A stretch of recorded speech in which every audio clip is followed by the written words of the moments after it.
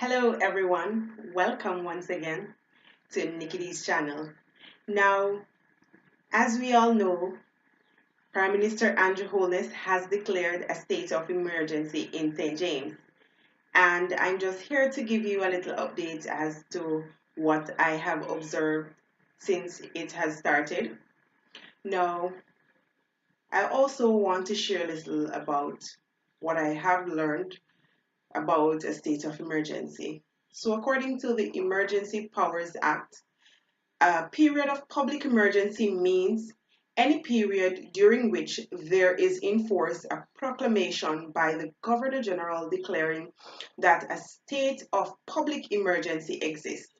And for this to happen, the Governor General has to, without any doubt, believe that there is indeed threat to a large extent of the population or an area of the land.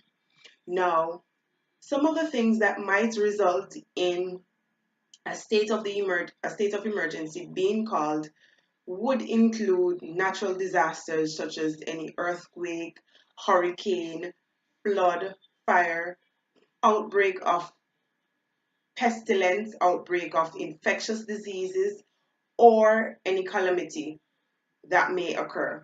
Now, as I said before, it has to impact a large number of people in the population for this to be done.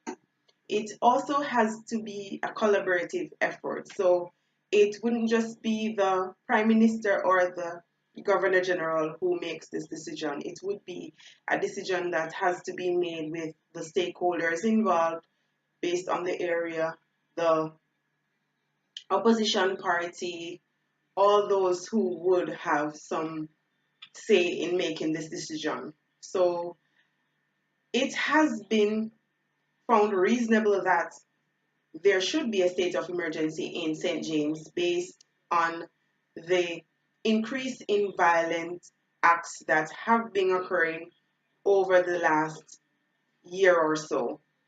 So in 2017, 335 murders were committed in St. James.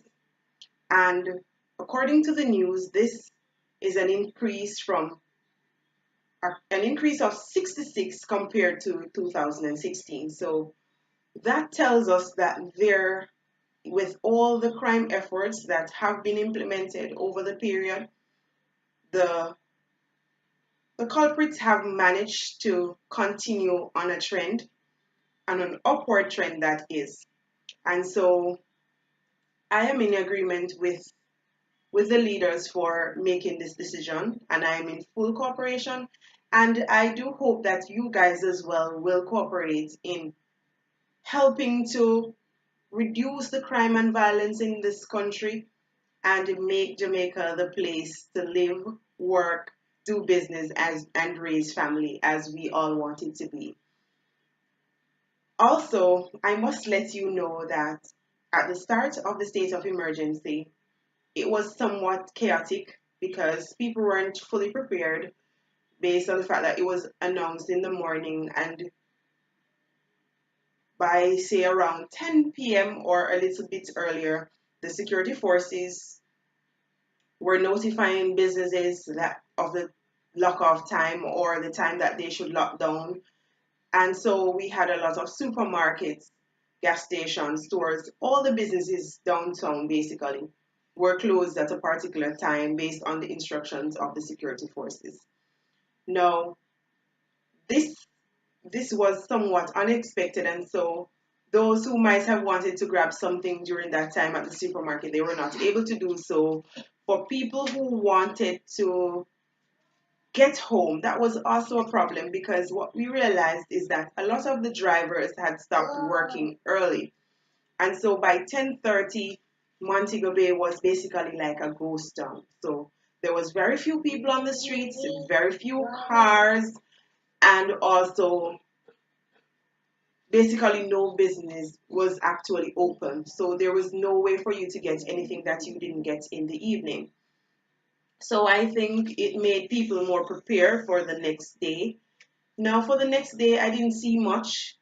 I wasn't out that late, so I didn't see what happened yesterday in terms of the time that businesses were closed and all of that. But I know that this was announced on air as well.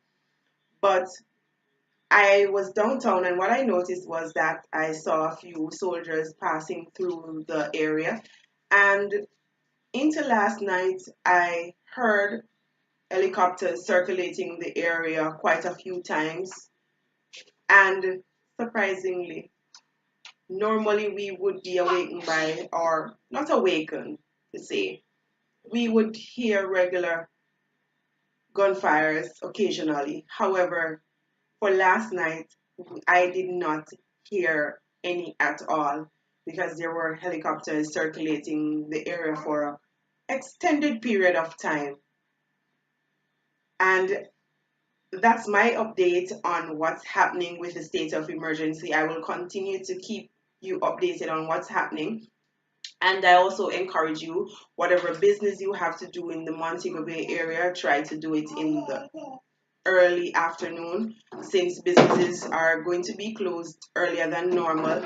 And also ensure that you walk with some form of identification because this will be one of the requirements of the security forces. And bear in mind that now that the state of emergency has been in place, the security forces now have the power to search, conduct a search on your property or person without obtaining a warrant. So prepare for that as well. Now, thank you so much for tuning in to Nikki D's channel. It was my pleasure updating you today, and I do hope that you go ahead and subscribe to my channel, like, and also leave your comments. We accept all comments and your views as well.